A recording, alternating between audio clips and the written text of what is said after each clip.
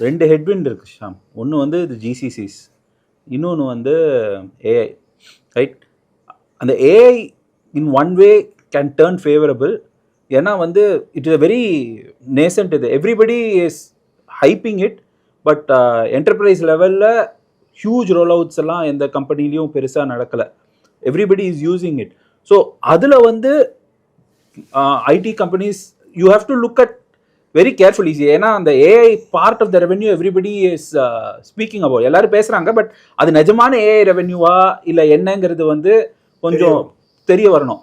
அதில் வந்து யூ ஒரு நல்ல வாய்ப்பு இருக்குது.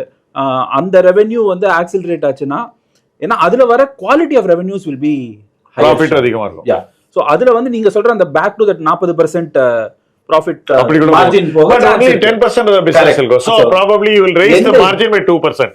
Exactly. So அந்த growth part of it வந்து கொஞ்சம் அதிகமாச்சுன்னா, அதனால தான் வந்து slightly more positive on இந்த சின்ன கம்பெனி. ஏன்னா அவங்களால வந்து அதில் ஃபோக்கஸ் பண்ணி பண்ணக்கூடிய வாய்ப்பு அதிகமாக இருக்கும். இவங்கெல்லாம் வந்து பெஹிமோத்ஸாக இருக்கிறதுனால நீங்கள் சொல்கிற மாதிரி ஒரு 10-12% ஆஃப் த இதில் திஸ் மைட் ஹேப்பன்.